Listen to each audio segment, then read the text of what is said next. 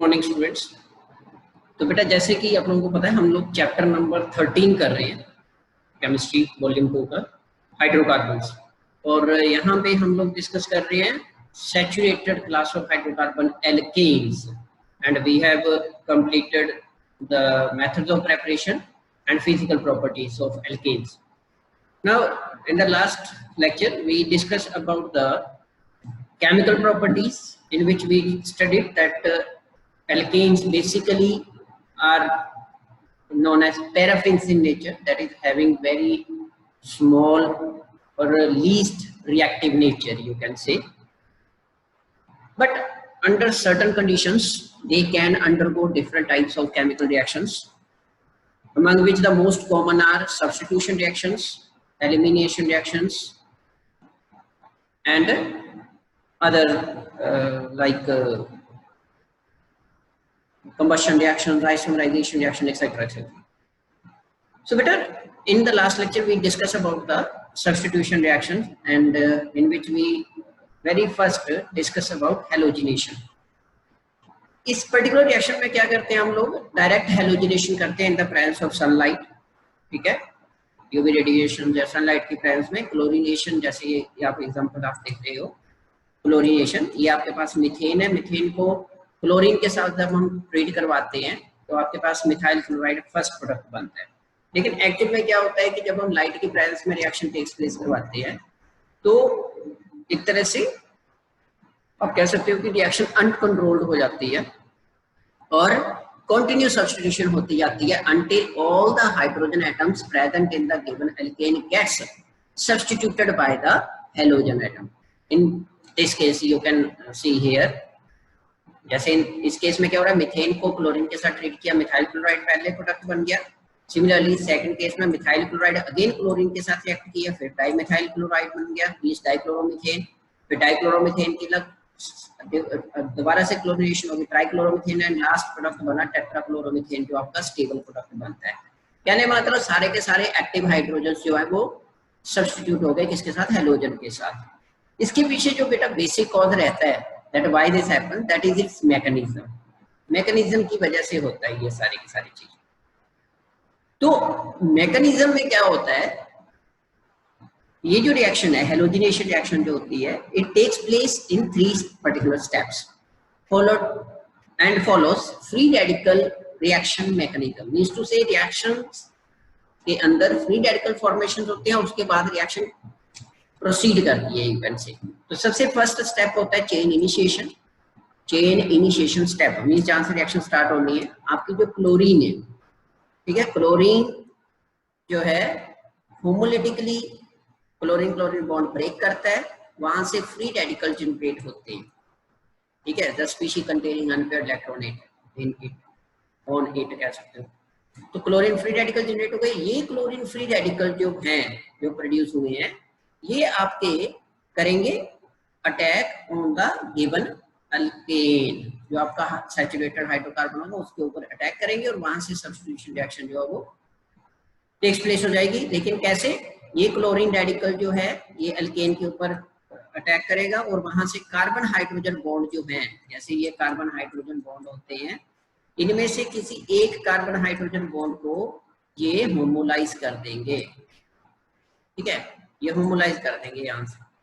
तो होमोलाइज करेंगे तो H रेडिकल पर, जैसे मान लीजिए इस हाइड्रोजन एटम को मान लो इसको होमोलाइज कर रहे हैं, कार्बन हाइड्रोजन बॉन्ड ये होमोलाइज होता है, एक इलेक्ट्रॉन यहाँ पे आ गया शेयर पेयर में से, एक इलेक्ट्रॉन हाइड्रोजन के ऊपर चला गया, तो हाइड्रोजन फ्री रेडिकल जो बना, ठीक है, प्लस क्लोरीन फ्री रेडिकल, ये दोनों आपस में मिलकर HCl बना लेंगे, ठीक है, HCl फॉर्मेशन हो जाएगी इस तरह से जैसे ये देख रहे हो, और मिथाइल फ्री रेडिकल आपका CH3 रेडिकल ये as it is reaction mixture में प्रेजेंट रहेगा, ठीक है।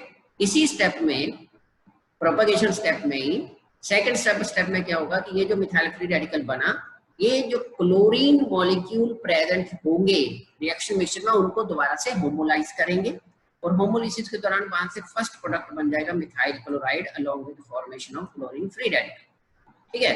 अब इस तरह से ये रिएक्शन चलती रहेगी आगे से आगे until all the hydrogen atoms gets, all the carbon hydrogen bonds gets homolyzed to form the free radical and then to form the respective products, ठीक है, इस तरह से ये रिएक्शन टेक्स प्लेस होती रहती है। तो यहाँ देख सकते हो सेकंड स्टेप में आपके पास क्लोरोमीथेन बन गया। थर्ड स्टेप में क्या होगा, ये देखिए क्लोरो जो मीथेन है ये दोबारा फिर क्लोरीन रेडिकल इसके ऊपर अटैक हुआ, ये क्लोरोमिथाइल रेडिकल बन गया HCl वालों में।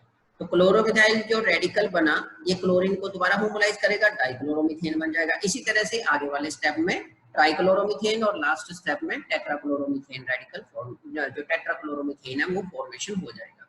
तो मतलब कहने का मिक्सचर ऑफ प्रोडक्ट्स हमारे पास ऑब्टेन्ड हो जाते हैं। ठीक है, लास्ट स्टेप होता है, फर्स्ट स्टेप हो गया इनिशिएशन, जहां से रिएक्शन स्टार्ट होनी है, चेन प्रोपगेशन, रिएक्शन प्रोसीड करेगी, डिफरेंट प्रोडक्ट्स बनेंगे। और थर्ड होता है आपके पास चेन टर्मिनेशन, जैसा कि हम लोगों ने डिस्कस किया था।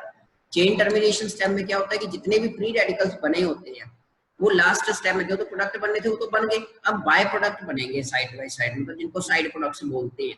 जो मेजर प्रोडक्ट है वो बन चुके हैं, अब जितने भी रेडिकल्स होंगे वो या तो आपस में रिएक्ट कर जाएंगे, म्यूचुअल कॉम्बिनेशन हो जाएगी उनमें, या फिर क्या होगा कि अदर जैसे कोई भी अदर रेडिकल पड़ा हुआ तो उसके साथ, जैसे ये तीन पॉसिबिलिटीज होती हैं, क्लोरीन क्लोरीन रेडिकल मिलकर Cl2 बना लेंगे। ठीक है, मिथाइल मिथाइल रेडिकल जो बने थे रिएक्शन मिक्सचर में, यहाँ से जैसे ये देखिए मिथाइल फ्री रेडिकल बना हुआ है, तो ये मिथाइल रेडिकल अगर रिएक्शन मिक्सचर में एंड तक प्रेजेंट रहता है तो वो दूसरे मिथाइल रेडिकल से मिलकर इथेन बना लेंगे। ठीक है, और लास्ट में जो इथाइल फ्री रेडिकल है, सॉरी मिथाइल फ्री रेडिकल जो है वो एक और ऑप्शन रहती है कि वो क्लोरीन रेडिकल के साथ मिलकर मिथाइल क्लोराइड बन जाएगा। कहने का मतलब ये है कि हेलोजिनेशन ऑफ एल्केन्स में हमारे पास जब हम डायरेक्ट हेलोजिनेशन करते हैं सनलाइट की प्रेजेंस में तो वहां पे कॉन्टिन्यूस हेलोजिनेशन होती है, रिएक्शन अनकंट्रोल्ड रहती है और हमारे पास हम कोई एक पर्टिकुलर प्रोडक्ट ऑब्टेन नहीं कर पाते, हमारे पास मिक्सचर ऑफ प्रोडक्ट्स जो है वो ऑब्टेन होते हैं। And some higher alkanes are also produced during chlorination of methane, like chlorination of methane करेंगे तो ethane is one of the side product भी प्रोड्यूस होता है, जैसा कि आप यहाँ पे देख ही रहे हो। ये देखिए, ये आपका एनसीईआरटी एक्सरसाइज का फर्स्ट क्वेश्चन है, ये 3 मार्क्स में पेपर में आता होता है कि जस्टिफाई या show that during the chlorination of methane ethane is also formed as the product. ठीक है, मतलब मीथेन की क्लोरीनेशन के दौरान इथेन भी फॉर्म होता है। तो आपने वहां पे और कुछ नहीं, ये पूरा मैकेनिज्म बेटा देना होता है उस केस में। ठीक है जी, अनदर टाइप ऑफ रिएक्शन जो टेक्स प्लेस तो होगी सब्स्टिट्यूशन रिएक्शंस। अनदर टाइप जो होती है दैट इज कंबशन रिएक्शंस होती है। कंबशन रिएक्शन मींस टू से एल्केन्स को जब हीट किया जाता है in the presence of air, ठीक है, या ऑक्सीजन की प्रेजेंस में, तो जो हाइड्रोकार्बन है दैट इज एल्केन जो है वो कंप्लीटली ऑक्सीडाइज हो जाएगा टू फॉर्म किसमें, कार्बन डाइऑक्साइड। ठीक है, कार्बन डाइऑक्साइड बन जाएगा और वाटर वेपर्स रिलीज हो जाएंगे। ठीक है जी, यहाँ पे एंथैल्पी ऑफ कंबशन जो होती है वो -180-890 किलो जो है एक्सोथर्मिक रिएक्शन टेक्स प्लेस करती है। ठीक है, ह्यूज अमाउंट ऑफ एनर्जी जो है वो प्रोड्यूस होती है। यही कारण है कि हम फ्यूल्स में हाइड्रोकार्बन को एज अ फ्यूल यूज करते हैं, क्योंकि उनकी कंबशन के दौरान large amount of energy produce होती है जिसको यूटिलाइज किया जाता है वेरियस फंक्शंस के लिए। ये तो जनरली जो कंबशन रिएक्शन है हम इस तरह से मेंशन कर सकते हैं, this is the general representation of combustion reaction. तो यहाँ पे क्या एल्केन है CnH2n+2, general formula of alkene होता है, ये रिएक्ट करेंगे 3n+1/2 ऑक्सीजन फ्रैक्शन के साथ, मतलब इतने मॉलिक्यूल्स ऑफ ऑक्सीजन रिएक्ट करेंगे 1 मोल ऑफ एल्केन को रिएक्ट करने के लिए, और आपके पास क्या होगा n moles of carbon dioxide produce हो जाएगा और n+1 मोल्स ऑफ वाटर जो है वो प्रोड्यूस हो जाएंगे ड्यूरिंग कंबशन रिएक्शन। ठीक है जी, तो ड्यू टू इवोल्यूशन, जैसे कि मैंने बताया large amount of heat use होती है ड्यूरिंग कंबशन, तो alkanes are used as fuel. ये 1 मार्क में आपको क्वेश्चन बन सकता है कि why alkanes are used as fuels, तो because of their highly exothermic combustion reactions. जो इनकी कंबशन रिएक्शंस होती हैं दे आर हाईली एक्सोथर्मिक होती हैं, large amount of energy release होती है, that's why they are used as fuels. ठीक है, जब इनकम्प्लीट कंबशन होती है, मतलब पार्शियल सप्लाई ऑफ ऑक्सीजन में, अगर मतलब लिमिटेड सप्लाई ऑफ ऑक्सीजन में अगर हम हाइड्रोकार्बन को कंबशन करते हैं, कंबशन रिएक्शन टेक्स प्लेस करवाते हैं लिमिटेड सप्लाई में, तो वहां से आपका कार्बन ब्लैक प्रोड्यूस हो जाता है along with the water, that is carbon black is formed which is used in the manufacture of ink वगैरह बनाने के लिए, जैसे प्रिंटर इंक वगैरह होती है, या ब्लैक पिगमेंट्स जो यूज किए जाते हैं वहां पे इनको मतलब इस तरह से ये रिएक्शन जो है वो इनकम्प्लीट कंबशन में कार्बन ब्लैक जो है वो प्रोड्यूस करती है। Next third type of reaction जो टेक्स प्लेस होती है एल्केन्स के केस में, that is the controlled oxidation. अब कंट्रोल्ड ऑक्सीडेशन मींस टू से क्या है कि हमने ऑक्सीडेशन रिएक्शन टेक्स प्लेस करवानी है but in the presence of certain specific reagents की प्रेजेंस में, ठीक है। स्पेसिफिक रिएजेंट कौन है? ऑक्सीडाइजिंग एजेंट्स की प्रेजेंस में हमने ऑक्सीडेशन रिएक्शन टेक्स प्लेस करवानी है, समझ रहे हो? जैसे 10th स्टैंडर्ड में हम लोग करके आए हैं ना, oxidising agents, reducing agents, oxidation, reduction, वो वाली। तो यहाँ पे हमने ऑक्सीडेशन करवानी है कंट्रोल्ड ऑक्सीडेशन, मतलब कंट्रोल्ड मैनर में, मतलब in the presence of certain specific catalyst की प्रेजेंस में। कैटलिस्ट क्या होता है? Catalyst simply a particular substance which enhance the rate of reaction, which only alters the rate of reaction, जो speed of reaction को control करता है, ठीक है, and does not undergo any change in itself, अपने आप पार्टिसिपेट नहीं करता, मतलब अपनी उसमें कोई चीज नहीं आएगी, बट रिएक्शन को, रिएक्टेंट को प्रोडक्ट में कन्वर्ट होने के लिए हेल्प करता है आपका कैटलिस्ट। तो कंट्रोल्ड ऑक्सीडेशन जो होती है वो कैटलिस्ट की प्रेजेंस में टेक्स प्लेस होती है। जैसे यहाँ पे आप देख सकते हो मीथेन की जब हम ऑक्सीडेशन करते हैं, ऑक्सीजन के साथ ट्रीट करवाते हैं कॉपर की प्रेजेंस में, ठीक है, अंडर द टेम्परेचर 523 केल्विन और 100 atmosphere pressure, high pressure condition में, तो हमारे पास मिथेनॉल बनता है, मतलब अल्कोहल फॉर्मेशन टेक्स प्लेस होती है, मिथेनॉल। लेकिन अगर सेम ऑक्सीडेशन करवा रहे हैं बट किसकी प्रेजेंस में? मोलेबर्नम ऑक्साइड की प्रेजेंस में, रिएजेंट चेंज, मतलब कैटलिस्ट चेंज कर दिया, मोलेबर्नम ऑक्साइड की प्रेजेंस में अगर रिएक्शन करवाते हैं तो आपके पास अल्कोहल नहीं बनेगा, अब बनेगा aldehyde, first member that is methanol formation takes place हो जाती है, फॉर्मल्डिहाइड बोलते हैं बेटा इसको, ठीक है जी। इसी तरह से अगर हम करवाते हैं एसिडिक, जो आपके पास कुछ एसिटेट्स वगैरह जैसे होते हैं, मेटल एसिटेट्स, मतलब metal salt of carboxylic acid के साथ अगर करवाते हैं तो वहां पे कार्बोक्सिलिक एसिड्स जो है वो फॉर्म हो जाते हैं, clear? So in this way you can explain the oxidation reactions which takes place under controlled conditions में। So whenever alkanes undergo controlled oxidation reaction, different products are obtained like alcohols, aldehydes and carboxylic acids are obtained। But जो ordinary जो alkanes होते हैं, they resist oxidation, but alkanes having tertiary hydrogen atom जहाँ पे present रहता है can oxidize to corresponding alcohols by potassium permanganate। मतलब potassium permanganate बेटा एक स्ट्रॉन्ग ऑक्सीडाइजिंग एजेंट होता है ये, ठीक है। तो जनरली क्या होता है कि एल्केन्स इजीली ऑक्सीडाइज नहीं होते, जैसे आप यहाँ पे भी देख सकते हो, जैसे फर्स्ट केस में कॉपर की प्रेजेंस में हाई टेम्परेचर 523 केल्विन टेम्परेचर और हाई प्रेशर अप्लाई किया गया तब रिएक्शन टेक्स प्लेस हुई। दूसरे केस में मोलेबर्नम ऑक्साइड को ट्रीट किया गया, हीटिंग कंडीशंस प्रोवाइड करवाई तब बना। थर्ड केस में फिर इसी तरह से।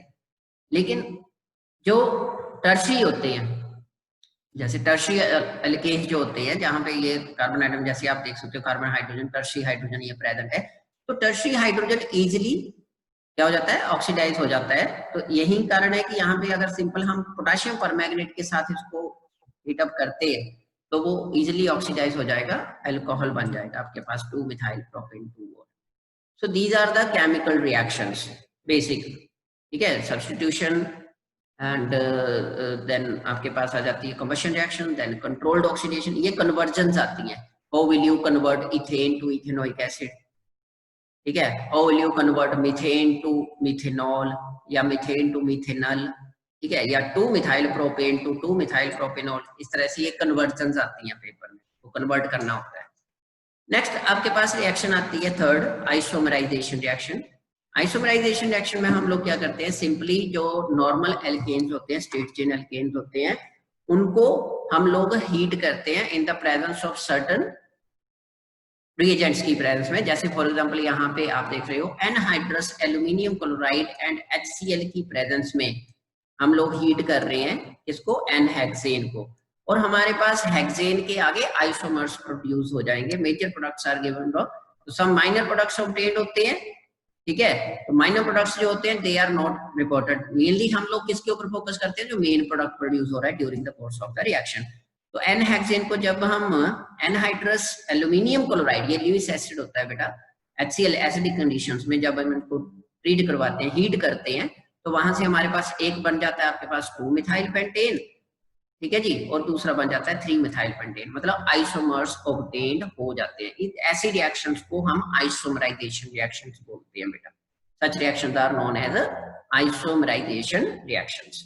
इसी तरह से अनदर टाइप आती है एरोमेटाइजेशन रिएक्शंस की। एरोमेटाइजेशन में क्या है, एक ओपन चेन कंपाउंड जो है दैट इज एल्केन जो है वो कन्वर्ट होगा किसमें, that gets converted into the aromatic compound like benzene वगैरह में वो कन्वर्ट होगा। कैसे रिएक्शन टेक्स प्लेस होती है, जैसे आप देख सकते हो, this is very very important reaction. यहाँ पे आपके पास एन हेक्सेन है, ये नॉर्मल हेक्सेन होता है, जस्ट इसको इस तरह से लिखा गया है, मतलब थोड़ा सा राउंड करके, अदरवाइज ये एन हेक्सेन है, स्ट्रेट चेन कंपाउंड है। इसको हीट किया गया है in the presence of certain catalytical subspecies की प्रेजेंस में, लाइक क्रोमिक ऑक्साइड यूज कर सकते हैं, या वैनेडियम डाइऑक्साइड यूज कर सकते हैं, या मोलिब्डेनम ऑक्साइड यूज कर सकते हैं। इनकी प्रेजेंस में इसको हीट किया गया हाई टेम्परेचर 773 केल्विन और 10 to 20 atmosphere pressure, that is high pressure conditions में, और आपके पास क्या बन गया, बेंजीन फॉर्मेशन होगी। मतलब नॉर्मल एल्केन से आपके पास एरोमेटिक कंपाउंड जो है वो प्रोड्यूस हो गया। ऐसी रिएक्शंस को बोला जाता है एरोमेटाइजेशन रिएक्शंस। मतलब आपका जो कंपाउंड है वो साइक्लिक कंपाउंड में कन्वर्ट हो जाता है, ठीक है जी। एरोमेटाइजेशन या रिफॉर्मिंग रिएक्शंस बोलते हैं इनको, एरोमेटाइजेशन रिएक्शंस और रिफॉर्मिंग रिएक्शन, मतलब एक नया कंपाउंड जो है वो फॉर्म हो जाता है, ठीक है जी। यहाँ पे जो आपका एल्केन है वो डिहाइड्रोजनेशन रिएक्शन जो है वो टेक्स प्लेस हो जाती है, मतलब हाइड्रोजन की रिमूवल होती है यहाँ से। अगर तो एन हेक्सेन ले रहे हैं यहाँ पे, जैसे आप देख सकते हो, तो एन हेक्सेन के केस में तो यहाँ पे बेंजीन बन रहा है। अगर हम यहाँ पे हेप्टेन लेंगे, हेप्टेन, ठीक है, यहाँ पे मान लीजिए यहाँ पे मैंने इस तरह से ये CH3 ले लिया और इसको आगे CH2, बाकी वही सारे का सारा इसी तरह से ऐसे ऐसे यहाँ पे CH3। अगर ये वाला केस लेते हैं तो आपके पास टोल्यूइन प्रोड्यूस, यहाँ पे ऊपर CH3 ग्रुप लग जाएगा, समझ रहे हो। ये एरोमेटाइजेशन रिएक्शंस होती हैं, these are known as aromatisation reaction जो टेक्स प्लेस होती हैं इन केसेस में, एल्केन्स के केसेस में। इसके बाद आपके पास आती है रिएक्शन विद स्टीम।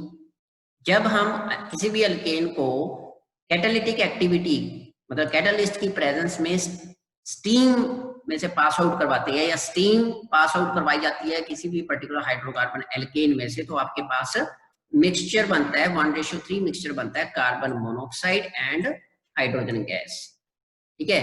ये जो प्रोसेस होती है ये industrial preparation of dihydrogen gas के लिए यूज की जाती है। इसमें जैसे मीथेन को रिएक्ट करवाया गया स्टीम के साथ at very high temperature 1273 kelvin temperature in the presence of nickel catalyst, और बना क्या, carbon monoxide and dihydrogen, ठीक है जी, डाई हाइड्रोजन गैस।